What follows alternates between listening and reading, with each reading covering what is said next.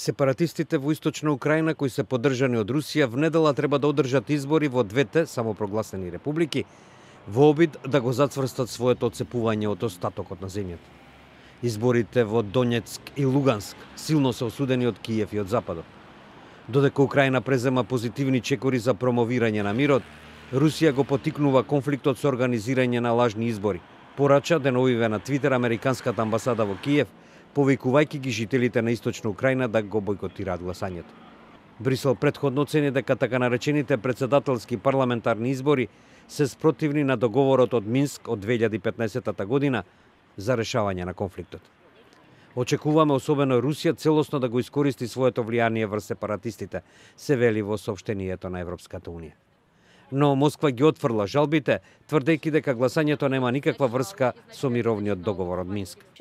Портпаролката на Руското министерство за надворешни работи, Марија Захарова, оценувајќи дека луѓето живееле со постојани закани од употреба на сила, изјави: изборите на 11 ноември се диктирани од потребата да се пополни вакуумот на власта по смртта на Александар Захарченко.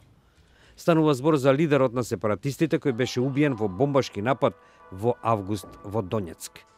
Денис Пушилин, поранешен преговарач со Киев, сега е лидер на Донецк. За разлика од неговиот претходник, кој беше познат по неговите воинствени забелешки и сакаше да се наметнува во маскирна униформа, Пушилин носи цивилна облика.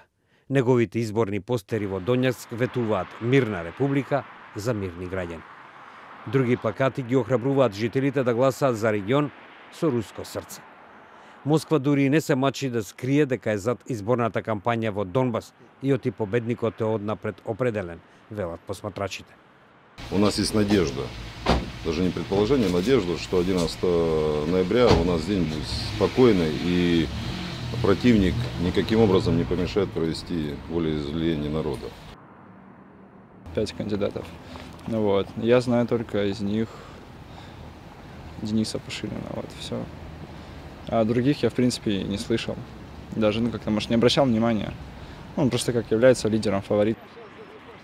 Я думаю, и на выборах у нас будет большая явка, я так думаю, потому что я точно пойду, вся моя семья пойдет. Изборите исто така се начин на сепаратистите да го зајакнат своето влијание врз скоро 3% од украинската територија. Конфликтот меѓу украинските владини сили и сепаратистите избувна во април 2014 година, кратко време по анектирањето на Русија на полуостровот Крим, и од тогаш зема повеќе од 10.000 животи.